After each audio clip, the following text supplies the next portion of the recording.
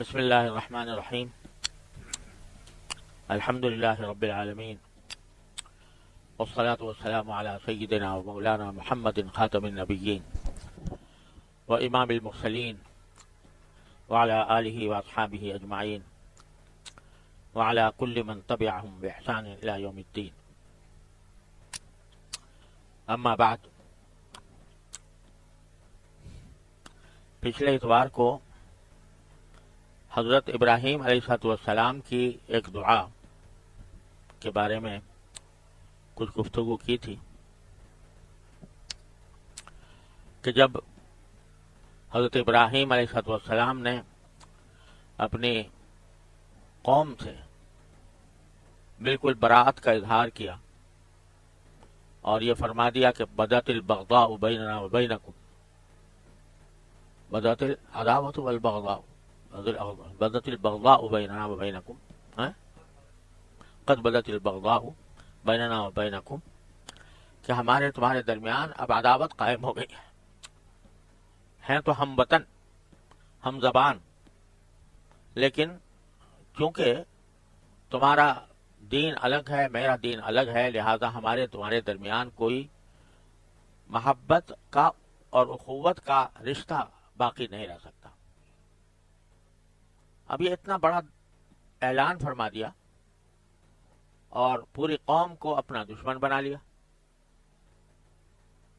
تو ظاہر ہے کہ ان کی طرف سے دشمنی کا معاملہ، عداوت کا معاملہ، ایذا رسانی کا معاملہ ہونا کچھ بعید نہیں تھا۔ تو اس موقع پر یہ سب کرنے کے بعد، ان سے برات کا اظہار کرنے کے بعد، فوراً اللہ تبارک و تعالی کی طرف متوجہ ہو کر یہ فریاد کی کہ ربنا علیک توکلنا و الیک انبنا و الیک المصیر، کہ ہمارے پروردگار ہم نے آپ ہی پر بھروسہ کیا ہے اور آپ ہی کی طرف ہم رجوع کرتے ہیں اور آپ ہی کے پاس ہمارا آخری ٹھکانہ ہے۔ اور پھر یہ کہ ربنا لا تجعلنا فتنة للذین کفروا، اے ہمارے پروردگار ہمیں ان کافروں کا تختہ مشق نہ بنائیے۔ بغفر لنا ربنا، اور ہمارے پروردگار ہماری مغفرت فرما دیجیے، انک انت العزیز الحکیم۔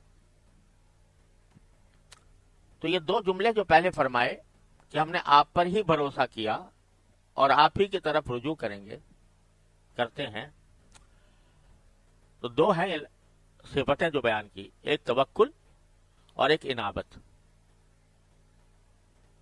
یہ دو چیزیں ہیں جو مطلوب ہیں بندے سے،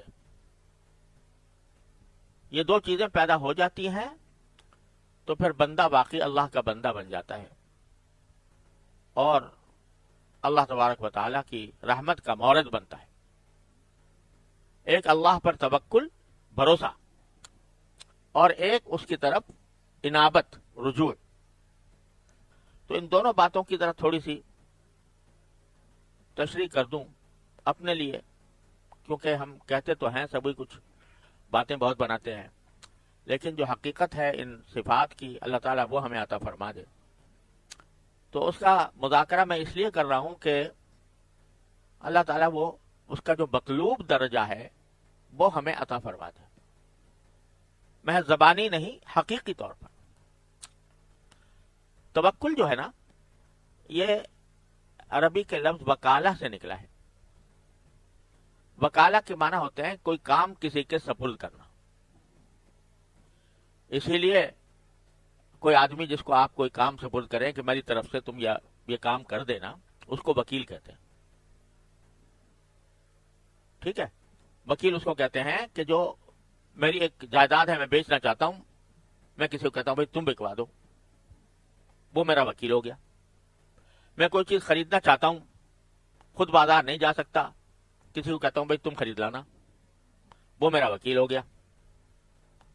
کوئی مقدمہ چل رہا ہے عدالت میں اور میں خود عدالت میں جا کر پیروی نہیں کر سکتا، کسی کو کہتا ہوں کہ تم میری طرف سے پیروی کر دینا، وہ وکیل ہو گیا۔ تو وکیل ہر اس شخص کو کہتے ہیں جس کو کوئی انسان اپنا کوئی کام سپرد کرے۔ اب جب کسی کو کوئی کام سپرد کیا جاتا ہے تو بندہ ایسے تو نہیں کہ کسی کو ایسے چلتے راستے آدمی کو پکڑ لیا اور اس کو کہہ دیا کہ تم میرا یہ کام کر دینا، تم میرے وکیل بن جانا، بلکہ آدمی اس میں دیکھتا ہے کہ آیا یہ میرا کام صحیح کر سکے گا یا نہیں کر سکے گا. تو پہلی بات تو یہ دیکھتا ہے کہ بھائی یہ آدمی جس کام کے لیے میں اس کو بھیج رہا ہوں وہ جانتا بھی ہے کہ نہیں، یعنی اس میں اس کا علم ہے کہ نہیں. جب کہے گا، اگر کسی ایسے ہی چلتے ہوئے کو کہہ دیا اور کہا کہ بھائی تو میری جائیداد بیچ دے، اس کو نہ جائیداد کا پتا، نہ اس کو اس کے رجسٹری کا پتا، نہ اس کو کوئی اس سے کبھی تجربہ، تو میں نہیں کہہ سکتا. پہلے ہی دیکھوں گا کہ بھائی اس کو اس کام کا تجربہ ہے کہ نہیں ہے، اس کا علم ہے کہ نہیں ہے. تو پہلی چیز جو دیکھنے کی ہوتی ہے وہ کیا ہے؟ اس کام کا علم، وہ جانتا ہو اس کام کو. ایسے ہی کسی کو وکیل بنا دے دیں گے اپنے مقدمہ لڑنے کے لیے. پہلے دیکھیں گے وہ اس کی کیا کوالیفیکیشن ہے، کیا تجربہ ہے، علم ہے کہ نہیں ہے. پہلی چیز جو درکار ہوتی ہے کسی وکیل میں وہ کیا ہے؟ علم. دوسری قدرت، کہ وہ یہ کام کر سکے گا یا نہیں. ہے بڑا قابل آدمی لیکن اتنا مصروف ہے اور اتنا زیادہ مصروف ہو گیا ہے کہ ہمیں وقت ہی نہیں دے سکتا، قدرت نہیں اس کو، یا وہ اپاہج ہو گیا ہے، معذور ہو گیا ہے. تو ایسے شخص کو ہم کبھی وکیل نہیں بنائیں گے، بلکہ یہ دیکھیں گے کہ وہ کر بھی سکتا ہو یہ کام. تو علم چاہیے پہلے، پھر قدرت چاہیے. ٹھیک ہے؟ اس کے بغیر کسی کو ہم اپنے کام اس کو سپرد نہیں کر سکتے. کسی کو ملازم بنا دیا، آپ نے دکان پہ بٹھا دیا، ٹھیک، تو ایسے آدمی کو پہلے دیکھیں گے کہ وہ یہ کام جانتا ہے کہ نہیں جانتا، اور کر بھی سکتا ہے کہ نہیں کر سکتا، مریض تو نہیں، اپاہج تو نہیں. تیسری بات یہ کہ وہ اس کے اوپر دیانت پر اس کی اعتماد بھی ہو، اعتماد ہو. ہے تو علم بھی ہے اور قدرت بھی ہے، مگر ہے چالاک آدمی، سمجھے نا، اور کسی وقت اندیشہ ہے کہ کسی وقت دھوکہ دے جائے گا. تو باوجود علم ہونے کے، قدرت ہونے کے، ہم اس کو اپنا وکیل نہیں بنائیں گے، بلکہ اس وقت بنائیں گے جبکہ اعتماد ہوگا، اس کا مکمل اعتماد ہوگا، تب بنائیں گے. تو تین چیزیں درکار ہوتی ہیں کسی کو اپنا کام سپرد کرنے کے لیے: ایک علم، ایک قدرت، اور ایک اعتماد اور بھروسہ اس کے اوپر. تو اب اللہ جل جلالہ، توکل نام ہے اس کا، کہ بندہ اللہ جل جلالہ کو اپنا وکیل بنا دے، وکیل بنا دے. حسبنا اللہ ونعم الوکیل، سمجھے نا. وہ اس کے اندر سے بات دیکھ لو. علم کسی کا ایسا ہو سکتا ہے، قدرت کسی کی ایسی ہو سکتی ہے، اعتماد کسی پر ایسا ہو سکتا ہے؟ نہیں ہو سکتا. لہذا فرما دیا حسبنا اللہ ونعم الوکیل، ہمارے لیے تو اللہ کافی ہے اور وہی بہترین کارساز، ہم اس کا ترجمہ کر دیتے کارساز ہے. تو اگر دیکھو تو جتنے بھی انسانوں کو آپ وکیل بناتے ہو تو اس کا بے شک علم بھی دیکھ لیا، قدرت بھی دیکھ لی، اعتماد بھی دیکھ لیا، لیکن کوئی چیز بھی ان میں کامل نہیں ہوگی. اس کے اندر نہ علم کامل ہوگا، نہ قدرت کامل ہوگی، نہ بھروسہ کامل ہوگا. اچھا خاصا بہترین کام کر رہا ہے، سال تک ملازم بنا ہوا ہے، ایک دم سے دھوکہ دے گیا. تو کامل کسی چیز کے اوپر اتنا بھروسہ نہیں کرنا، نہ اس کے علم پر، نہ اس کی قدرت پر، نہ اس کی صلاحیت پر، نہ اس کے قابل اعتماد ہونے پر. لیکن اللہ جل جلالہ، ان کا علم بھی کامل، ان کی قدرت بھی کامل، اور ان کے اوپر بھروسہ بھی کامل، کہ وہ جو کریں گے میرے مفاد کے لیے کریں گے، جو بھی کریں گے میرے مفاد کے لیے کریں گے. تو بندہ جب اپنے آپ کو اللہ تبارک و تعالیٰ، اپنے سارے کاموں کو اللہ تبارک و تعالیٰ کے سپرد کر دیتا ہے، یہ سمجھ کر کہ میرے علم سے زیادہ ان کا علم ہے، میری قدرت سے زیادہ ان کی قدرت ہے، مجھے اپنے اوپر اتنا بھروسہ نہیں جتنا ان پر بھروسہ ہے، تو اس کا نام ہوتا ہے توکل. کہ ہر ایک کام میں بھروسہ اسی پر ہے، اللہ تبارک و تعالیٰ پر. اعتقاد کے لحاظ سے تو ہر مسلمان کا اعتقاد ہوتا ہے، میرا بھی، آپ کا بھی، ہر ایک کا ہے، کہ بھائی اللہ تبارک و تعالیٰ ہی سارے کاموں کا کرنے والا ہے. کوئی پتا اس کی مشیت کے بغیر نہیں ہلتا, کوئی ذرہ اس کی مشیت کے بغیر حرکت نہیں کرتا, اور وہ عزیز بھی ہے یعنی غالب بھی ہے سب پر, اور حکیم بھی ہے. جو کام ہوتا ہے وہ حکمت سے خالی نہیں ہوتا. اگر ایک پتا بھی گر رہا ہے کہیں تو اس کی کوئی نہ کوئی حکمت ہے. ایک کیڑا چلتا ہوا جا رہا ہے زمین کے اوپر, ہمیں نہیں پتا وہ کیوں جا رہا ہے, لیکن یقیناً اس کے پیچھے کوئی حکمت ہے جو وہ کیڑے کو حرکت دے رہی ہے اور چلا رہی ہے. تو اس واسطے اعتقاد تو الحمدللہ ہر مومن کا ہوتا ہے اس بات کے اوپر کہ ہر کام کا, ہر چیز کا کارساز اللہ جل جلالہ ہے, اور اسی پر بھروسہ کرنا چاہیے. اعتقاد تو ہو گیا توکل کے اوپر, لیکن یہ اعتقاد صرف نظری حد تک ایک مومن کو حاصل ہوتا ہے اکثر و بیشتر.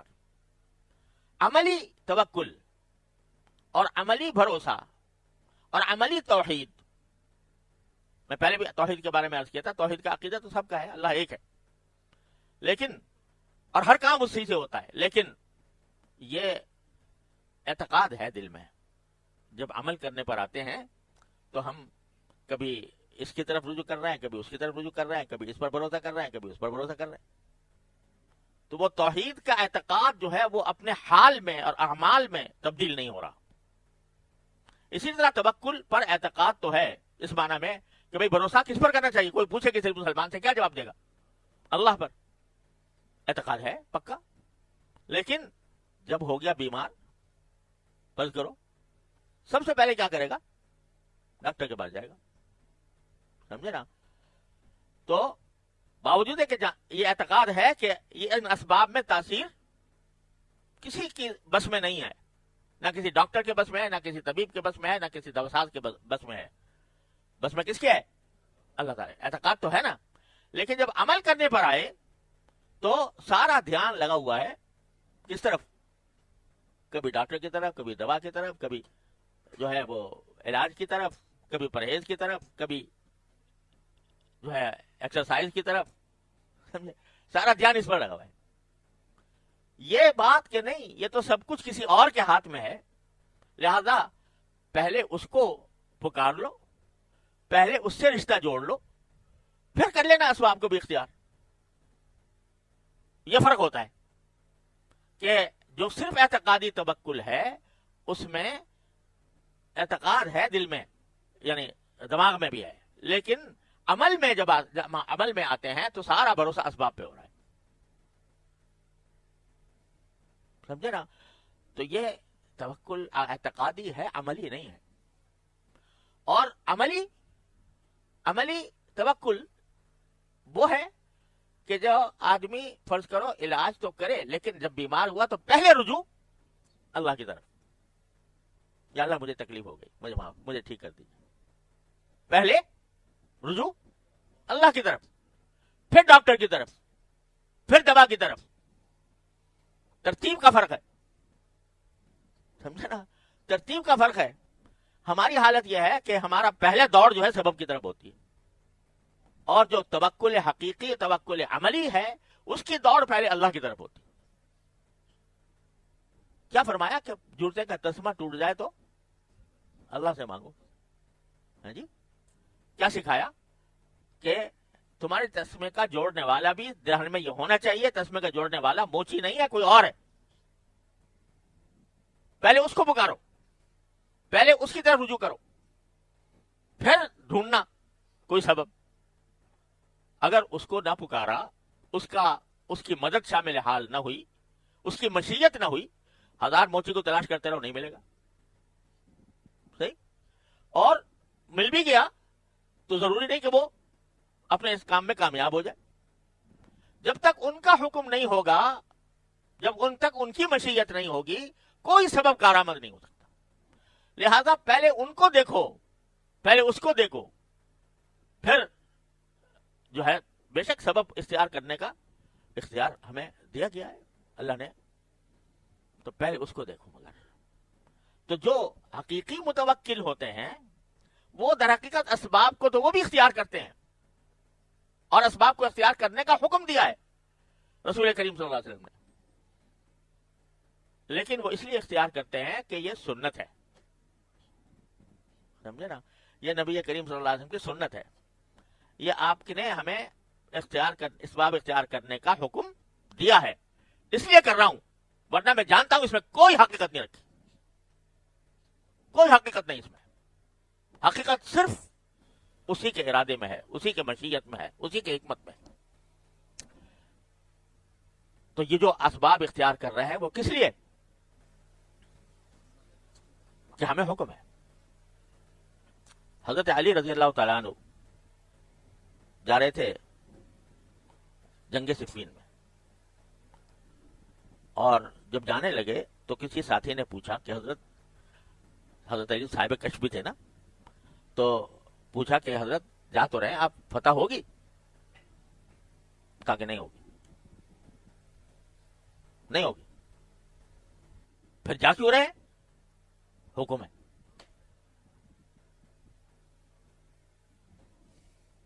تو وہ جو اسباب اختیار کر رہے تھے وہ کس لیے؟ حکم تھا. اس لیے نہیں کہ وہ اسباب بذات خود کوئی کام کر سکتے تھے.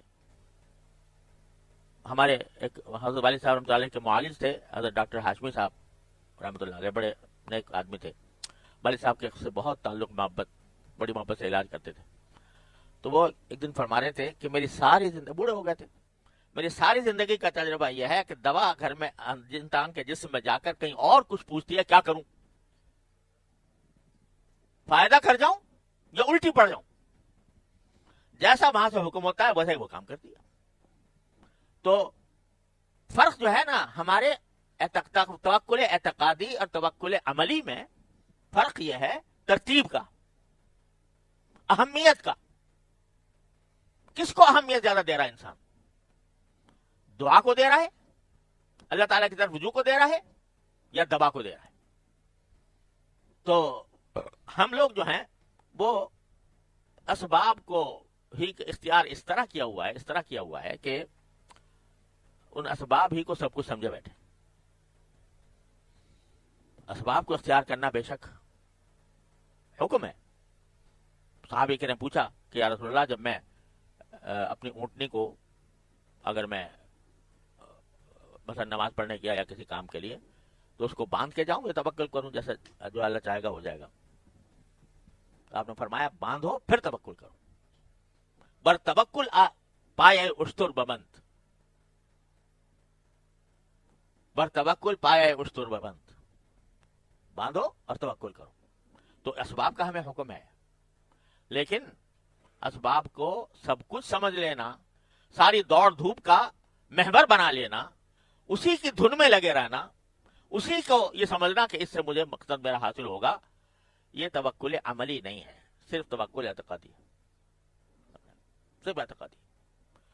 تو یہاں جو حضرت ابراہیم علیہ السلام فرمانا ہے ربنا علیک توکلنا, وہ کس طرح کہ اپنی طرف سے جو کچھ کہنا تھا, سننا تھا, دعوت دینی تھی, دے دی.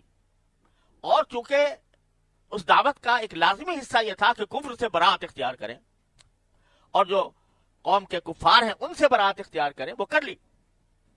اب کیا ہونا ہے, وہ ہمیں ماریں گے, ہم سے لڑیں گے, ہمیں تکلیف پہنچائیں گے, تو جو چاہے کرتے رہیں, ہمارا توکل تو اللہ پر. ربنا علیک توکل, ہمیں تو اس پر توکل کیا.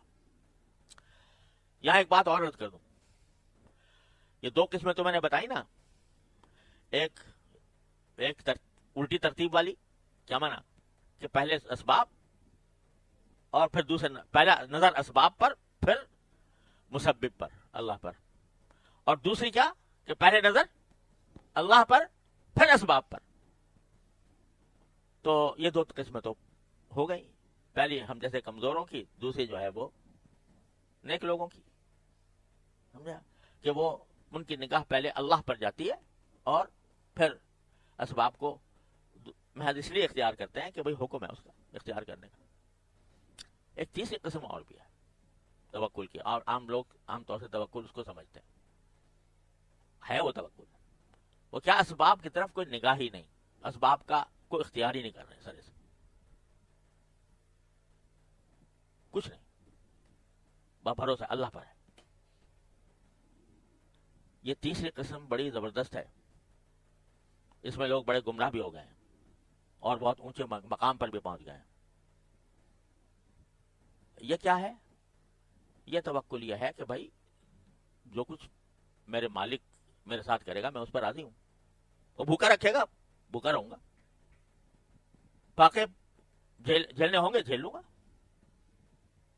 بس میں تو اللہ کے بس ذکر میں مشغول ہوں، میں اللہ کی عبادت میں مشغول ہوں، کچھ کروں گا نہیں، کوئی کماؤں گا نہیں۔ یہ بھی ایک توکل کا درجہ ہے، لیکن یہ میرے تمہارے بس کا کام نہیں ہے، سمجھے نا؟ یہ اقویاء کا توکل ہے، جو جن کی قوت ایمانی اتنی مضبوط ہوتی ہے کہ ٹھیک ہے جو ہوگا جھیل جائیں گے، میرے مالک کی طرف سے ہوگا، فاقہ آئے گا تو میرے مالک کا آئے گا، ہمیں اس فاقے میں بھی وہی مزہ آئے گا جو روٹی کھانے میں مزہ آتا، سمجھے؟ اب یہ مقام جو ہے نا یہ ہر ایک کے بس کا روگ نہیں ہے۔ صدیق اکبر رضی اللہ تعالیٰ عنہ غزوہ تبوک کے موقع پر سارا کچھ لا کے ڈھیر کر دیا کہ نہیں کر دیا؟ حضور اقدس صلی اللہ علیہ وسلم نے پوچھا کہ گھر میں کیا چھوڑ کے آئے؟ کہا کہ اللہ اس کے رسول۔ تو اسباب کیا کیے؟ جلا دیا، اسباب ختم کر دیے، کشتیاں جلا دی، جو کچھ ہوگا ہو رہے گا، میرا مالک مجھے جس طرح رکھے گا رکھے، فاقے منظور ہیں اللہ میاں کو، ٹھیک ہے فاقے کروں گا، اور چونکہ اللہ کو منظور ہے لہذا مجھے بھی منظور ہے۔ تو یہ توکل جو ہے نا یہ ایک ایسا ہے کہ جو اقویاء کے لیے ہے، ہم جیسے کمزوروں کے لیے نہیں۔ اور اب ہوتا کیا ہے کہ بعض مرتبہ جو واعظین ہیں وہ اس قسم کا توکل کی تشریح وہ کرتے ہیں کہ دیکھو صدیق اکبر رضی اللہ تعالیٰ نے سارا مال لا کے ڈال دیا تو ایسا توکل مانو کرو، نتیجہ ہے کہ بندہ مایوس ہو جاتا ہے، بھائی توکل تمہارے بس کا کام نہیں، سمجھے نا؟ وہ مایوس ہو کے جو کچھ کر سکتا تھا وہ بھی نہیں کرتا۔ تو یہ نادانی ہے، یہ دین کی سمجھ نہ ہونے کا نتیجہ ہے۔ یہ جو بڑے بڑے واقعات سناتے ہیں نا لوگ بعض میں اور کہتے ہیں ایسے بنو، کہ نماز پڑھ رہے تھے اور پرندہ آ کے باغ کے درخت میں اٹک گیا، اتنا باغ تھا کہ نکل نہیں پا رہا تھا باغوں سے درختوں سے، نماز پڑھتے پڑھتے ذہن اس طرف چلا گیا، تو ابو طلحہ رضی اللہ تعالیٰ نے کیا کیا؟ پورا باغ صدقہ کر دیا کہ اس نے باغ نے میرے نماز میں میرا دھیان ہٹا دیا، لہذا باغ صدقہ کر دیا۔ تو بعض مرتبہ واعظین یہ واقعہ سناتے ہیں یہ کہہ کر کہ اے بندے تو بھی ایسا کر، سمجھے؟ اب وہ جب اس کو یہ کہہ دیا، اس نے ساجی مسلمان بننا تو اس کے بغیر ممکن نہیں ہے، جب تک کہ صدیق اکبر والا معاملہ نہ کروں یا اپنے باغوں کا اپنی ساری جائیداد کا صدقہ، جو جائیداد میرے دل میں دماغ میں بس بسا آ جائے اس کا نماز کے اندر وہ ساری صدقہ ہی کروں، اس کے بغیر مومن نہیں ہو سکتا، سمجھے؟ تو کیا ہوگا اس کا نتیجہ بھائی؟ ہے بھاگ جائے گا، مایوس ہو جائے گا، جو کر سکتا تھا وہ بھی نہیں کرے گا۔ تو بھائی کار پاکارہ قیاست خود مگیر، ان پاکوں کے کام کو اپنے پر قیاس نہ کرو۔ اللہ نے ان کو قوت دی تھی، ایمان کی طاقت دی تھی، وہ ہر کچھ جھیلنے کو تیار تھے۔ تم نے آج اگر فرض کرو اس کی اتباع کر کے تم نے توکل کر کے کہا جی میں کچھ کماؤں گا نہیں، آئے گا فاقہ تو جیل جاؤں گا، 2 دن فاقہ کر لیا، تیسرے دن جو ہے مصیبت آ گئی، سمجھے نا؟ تیسرے دن اوپر سے کفران نعمت شروع ہو گیا۔ میں نے اپنا حضرت والی رحمۃ اللہ علیہ سے سنا کہ ہے تو عجیب سا لطیفہ، لیکن والد صاحب سے سنا تھا کہ ایک صاحب تھے، وہ اسی درجے کا توکل کرنے بیٹھے تھے۔ کس درجے کا؟ کہ بھئی سبھی چھوڑنا ہے، فاقہ آئے گا تو کوئی بات نہیں، آج آنے دو۔ اب 3-4 دن جب گزر گئے تو اس کے بعد حالت غیر ہو گئی، تو اللہ تبارک و تعالیٰ نے کہیں کسی کو دل میں ڈال دیا، وہ ان کے لیے کھانا لے کے پہنچ گئے۔ خیر کھانا کھایا، اور جب کھا لیا تو تھوڑا سا بچ گیا تھا، تو دل میں آیا کہ رکھ لوں یہ، کل کے لیے یا شام کے لیے رکھ لوں. پھر خیر دن میں آیا کہ جب اللہ نے یہ بھیجا تو پھر بھیج دے گا اللہ تعالیٰ, پھر رکھ دیا اس کو. تو وہاں ایک مجذوب پڑا رہتا تھا باہر, ان کے خانقاہ کے باہر مجذوب تھا ویسے ہی. تو جب رکھ دیا تو وہ اٹھا, اٹھ کے کہنے لگا خوب سمجھا بے سالے.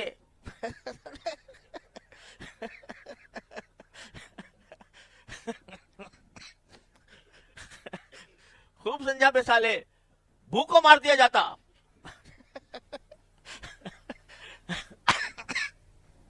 یعنی اگر تو نے بچا کے رکھ لیا ہوتا اس وقت تو پھر تجھے بھوک کو مار دیا جاتا. تو اگر کوئی آدمی ان کی نقل اتارنا چاہے, ہم جیسا آدمی کمزور ناتواں, تو اللہ اکبر. حضرت گنگوہی رحمۃ اللہ علیہ قطب الاقطاب, ان کے ایک دوست تھے, وہ اسی طرح کے متوکل تھے اور سچے معنی میں. تو حضرت گنگوہی رحمۃ اللہ علیہ ایک دن ان کے پاس دعوت کے لیے چلے گئے ان کے گھر ملنے کے لیے. تو جب حضرت آتے تھے کچھ نہ کچھ بہرحال مہمان آتا ہے تو کچھ دعوت کرتے. تو انہوں نے کہا دوست نے کہ بھائی مولوی رشید احمد آج تو ہمارے یہاں فاقہ ہے, تو اس واسطے میں کچھ خاطر تواضع نہیں کر سکتا. تو حضرت گنگوہی رحمۃ اللہ نے فرمایا تمہارے یہاں فاقہ ہے تو ہمارے یہاں فاقہ ہے, سمجھے, تو ہم بھی اسی طرح رہیں گے جیسے آپ رہ رہے ہو. خیر وہاں اپنے ہنسے بولے, اپنا جو کچھ بات چیت کرنی تھی وہ کی. تھوڑی دیر میں کہیں سے کوئی آدمی آ کے ان بزرگ کو جو ہے وہ کچھ پیسے دے گیا. تو انہوں نے جلدی سے کسی آدمی کو بلایا کہ بھائی جاؤ, جا کے کھانا بہت اعلی شان, جو مطلب اعلیٰ درجے کا کھانا, وہ پیسے سارے دے کے اسے کہا وہ کھانا لے کے آؤ. تو حضرت گنگوہی رحمۃ اللہ نے فرمایا بھائی اتنا اس کی کیا ضرورت ہے, اتنے اعلیٰ قسم کے کھانے کی, کافی تھوڑا بہت منگوا لو. کہہ رہے جب اللہ میں نے بھیجا تو مرغن کھاویں گے.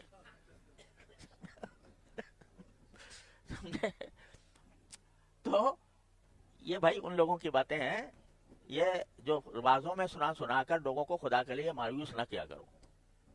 نہ ان پر تنقید درست ہے, نہ ان کی تقلید درست ہے. سمجھے آپ, وہ صاحب حال لوگ ہیں اور کسی حال میں ہیں, اللہ تعالیٰ نے ان کو اس حال میں رکھا ہے. تو نہ ان پر کوئی کہے بھائی حضور تو فرما رہے ہیں کہ اونٹنی باندھو پہلے اور پھر توکل کرو, آپ نے تو ایسے ہاتھ پہ ہاتھ رکھ کے بیٹھ گئے. تو یہ تنقید بھی نہ کرو اور تقلید بھی نہ کرو کمزور ہو کے, کیونکہ مارے جاؤ گے آگے جا کے. اور تنقید اس لیے نہ کرو کہ صحابہ کی سنت ہے, سمجھے نا, صحابہ کی سنت ہے, نبی کریم سرورت عالم صلی اللہ علیہ وسلم کی سنت ہے. کیوں کہ فرما رہے احد پہاڑ بھی سونا بن کے مجھے دے دیا جائے تو اس میں سے کچھ باقی نہیں چھوڑوں گا سوائے 3 دینار کے, جو صرف اس لیے رکھوں گا کہ کوئی قرضہ آ گیا تو اس کو ادا کر سکوں. تو حضرت ابو ذر غفاری کیا کرتے تھے؟ حضرت ابو ذر غفاری جو تھے وہ اسی قسم کے توکل کی دعوت دیتے تھے لوگوں کو, اور کہتے جن کے پاس 3 دینار سے زیادہ ہے سب حرام کھا رہے ہیں. تو اسی پر حضرت عثمان غنی سے, حضرت معاویہ سے ان کا اختلاف ہوا, لیکن وہ صاحب حال تھے حضرت ابو ذر غفاری رضی اللہ عنہ. نہ وہ قابل تنقید ہے, یہ قابل تنقید. لیکن بہرحال ارے بھائی وہ کہاں ہم کہاں, لیکن یہ دوسرا درجہ تو حاصل کرنے اللہ تعالیٰ کرا دے کہ ہماری ترتیب الٹ جائے, ترتیب جو الٹی ہوئی ہے وہ سیدھی ہو جائے, کہ پہلے اللہ پھر اسباب, نہ کہ پہلے اسباب پھر اللہ. یہ اللہ تعالیٰ ہمیں عطا فرما دے تو ہمارے لیے بس یہی غنیمت ہے, یہی بہت بڑی چیز ہے کہ ذہن پہلے اللہ تعالیٰ کی طرف جائے, اللہ تعالیٰ سے دعا کی طرف جائے. تو یہ ہے توکل. تو ربنا علیک توکلنا, اے اللہ ہم نے, اے پروردگار ہم نے آپ پر بھروسہ کیا. کیا بھروسہ کیا؟ کہ بھئی جیسے بھی کیسے ہیں, ہم نے برات کا اظہار کر دیا, کفر سے بھی, کفار سے بھی, اپنی قوم سے بھی الگ ہو گئے. اب آپ کی ذات پر بھروسہ ہے کہ آپ ہمیں جس حال میں رکھیں گے ہم اس پر راضی ہیں. تو یہ تین چیزیں ہیں ایک دوسرے کے ساتھ متلازم ہوتی ہیں, جسے صوفیاء کرام مقام توحید, مقام توکل اور رضا بالقضاء, اللہ تعالیٰ کے فیصلے پر راضی رہنا,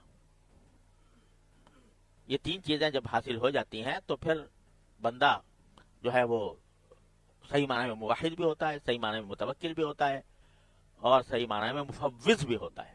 تفویض, اللہ تعالیٰ کے حوالے کر دیا اپنے آپ کو. پھر اللہ تعالیٰ اس کے ساتھ ہمیشہ رحمتی کا معاملہ فرماتے ہیں. تو بھائی ہم توکل کے اس اعلی مقام سے تو جو ہے ہم اس قابل نہیں ہیں, اس کے اہل نہیں ہیں, لیکن کم از کم اتنا کر لیں کہ جب بھی کوئی صورتحال پیدا ہو تو پہلے رجوع اللہ تبارک و تعالیٰ کی طرف ہو, پھر اسباب. اسباب کیوں؟ حکم ہے کہ اسباب کرو, اختیار کرو, لیکن مسبب کی طرف نگاہ پہلے ہو, اسباب کی طرف بعد میں ہو.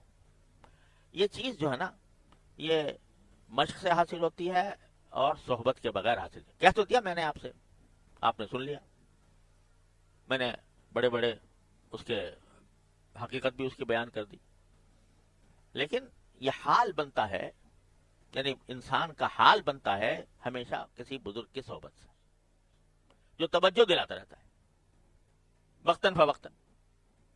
اس کے عمل سے یہ بات ظاہر ہوتی ہے اور توجہ بھی دلاتا رہتا ہے. ہمارے حضرت والا حضرت عارفی قدس اللہ تعالیٰ سرہ, جب یہ ہوا مشرقی پاکستان الگ ہوا, ڈھاکہ کا سقوط ہوا, پورا آدھا ہو گیا پاکستان, 70,000 مسلمان فوجیوں نے 90,000 ہتھیار ڈال دیے ہندو کے آگے.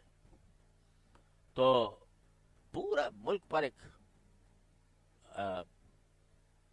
مردنی تاری تھی, دل دکھے ہوئے تھے. تو ہم ایک مرتبہ حضرت والا کے یہاں گئے, تو ویسے باتیں کر رہے تھے اور تبصرے ہو رہے تھے کہ بھئی وہ جنرل نیازی پہلے یہ کہہ رہا تھا کہ میرے سینے پہ ٹینک گزر کے جائے گا اگر ڈھاکہ پتہ کرنے کے لیے, اور پھر اس نے ہتھیار اس طرح ڈال دیے, اور جو خبریں آئی تھیں اس کے اوپر تذکرہ ہو رہا تھا. تو حضرت والا قدس اللہ تعالیٰ سرہ تشریف لائے, دیکھا یہ سب باتیں ہو رہی ہیں, تو فرمانے لگے کہ بھائی تم جو یہ باتیں کر رہے ہو اس سے شکست فتح میں تبدیل ہو جائے گی, یہ جو تبصرے کر رہے ہو, یا تمہاری جو دل ٹوٹے ہوئے ہیں ان کا کچھ مداوع ہو جائے گا. ارے اللہ کے بندو, اتنی دیر میں بیٹھ کے دعا کر دیتے, اللہ تعالیٰ سے رجوع کرتے کہ اللہ یہ ہم پر مصیبت آ گئی ہے, اپنی رحمت سے اس کو یا دور فرما دیجئے یا ہمیں صبر و سکون عطا فرما دیجئے, اور اس کا انجام بہتر فرما دیجئے. تو یہ تمہاری جو گفتگو ہے, بیٹھے ہوئے جو تبصرے کر رہے ہو, یہ تبصرے سوائے اضاعت وقت کے کچھ بھی نہیں. اور اگر یہی وقت تم اللہ تبارک و تعالیٰ کی طرف رجوع کر کے اس سے مانگتے تو کیا ہوتا؟ اللہ تبارک و تعالیٰ یا تو اپنی مشیت کے مطابق کوئی صورت ایسی نکال دے کہ جو مسلمانوں کی کامیابی کی ہو, اور یا پھر کم از کم تمہیں رضا بالقضاء نصیب ہو جائے کہ جو فیصلہ ہے میرے مالک کا, بس چلے وہ میں راضی ہوں اس کے اوپر, یہ عطا ہو جائے اور ثواب الگ ملے. کیونکہ ہر دعا بذات خود عبادت ہے, ثواب ہے, چاہے دنیاوی مقصد کے لیے کی جا رہی.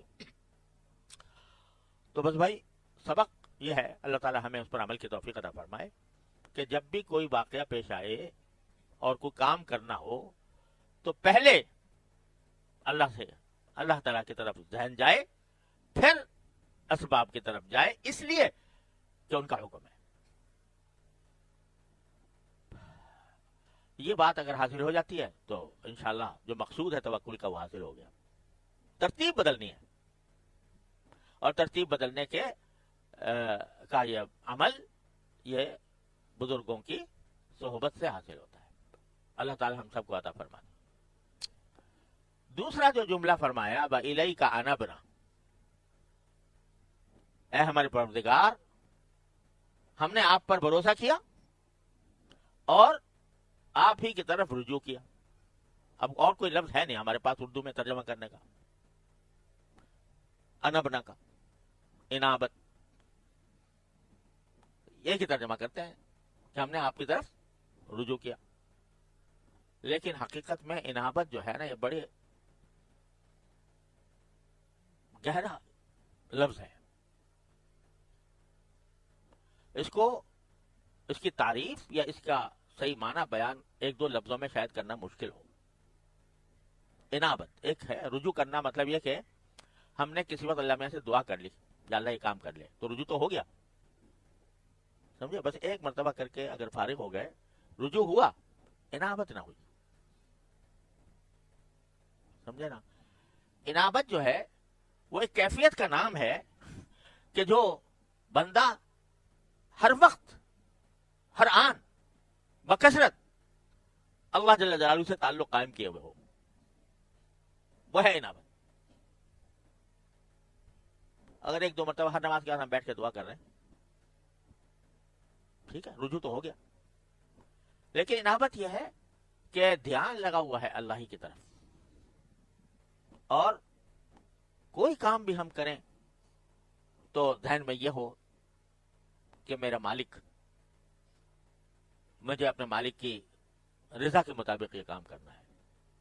اس میں دعا بھی داخل ہے، اس میں توبہ بھی داخل ہے، اس میں عبادت بھی داخل ہے، اس میں دل میں اللہ میاں سے باتیں کرنا بھی داخل ہے. دل میں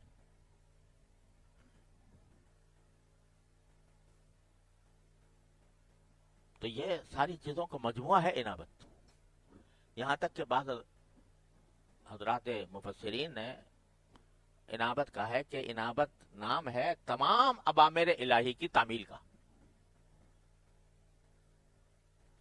باری تعالیٰ نے جس چیز کا حکم دیا ہے اس کی تعمیل، جن چیزوں سے روکا ہے ان سے رکنا، یہ سب مل کر انابت بنتے.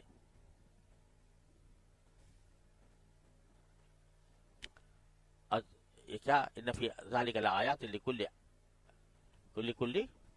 اواب منیب وانیبوا الی ربکم واسلموا لہ. اپنے پروردگار کی طرف انابت اختیار کرو. اس میں سبھی کچھ داخل ہے، دعا بھی داخل ہے، توبہ بھی داخل ہے. یہ انیبوا الی ربکم جو آیا ہے اس کی شان نزول میں مذکور ہے، مفسرین نے ذکر کیا ہے ایک روایت کہ جب شروع میں نبی کریم سرور دو عالم صلی اللہ علیہ وسلم مکہ مکرمہ میں تھے اور دعوت کا آغاز فرمایا تھا، تو مشرکین کی طرف سے ہر آن ہر لمحے صحابہ کرام کو اذیتیں دی جا رہی تھی، تکلیفیں دی جا رہی تھیں، مظالم توڑے جا رہے تھے. تو صحابہ کرام کی اکثریت تو وہ تھی جو الحمدللہ سارے امتحانوں سے گزر گئی اور ثابت قدم رہی. لیکن کچھ حضرات تھے جن سے برداشت نہ ہو سکا. بھائی آپ تصور کرو کہ عرب کی گرمی ہے، عرب کی گرمی جنہوں نے دیکھی ہے وہ جانتے ہیں. فجر کے وقت بھی آپ پتھر کے اوپر پاؤں نہیں رکھ سکتے 2 منٹ.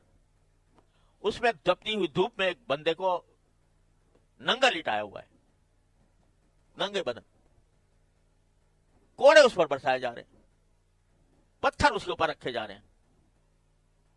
تو انسانی تو ہے نا. بہت سے برداشت کر گئے، حضرت بلال رضی اللہ عنہ احد احد کہہ کے برداشت کر گئے. لیکن کچھ ایسے تھے کہ جن سے برداشت نہ ہو سکا. تو ایسے آزمائش میں برداشت نہ ہو سکا، انہوں نے کہا کہ چلو ہم چھوڑتے ہیں اسلام کو. یہ کہہ دیا. اب پتہ نہیں دل سے کہا یا زبان سے کہا، اللہ ہی جانے. بعد میں پھر اس تکلیف سے جب نجات مل گئی تو پھر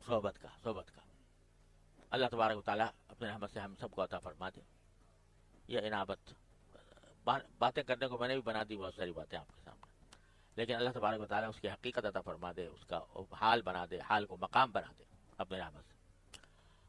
تو بھائی حضرت ابراہیم علیہ السلام نے اپنے ساری جد و جہد کی کائنات 2 لفظوں میں بیان فرما دی, ربنا علیک توکلنا و الیک انبنا, اور پھر و الیک المصیر.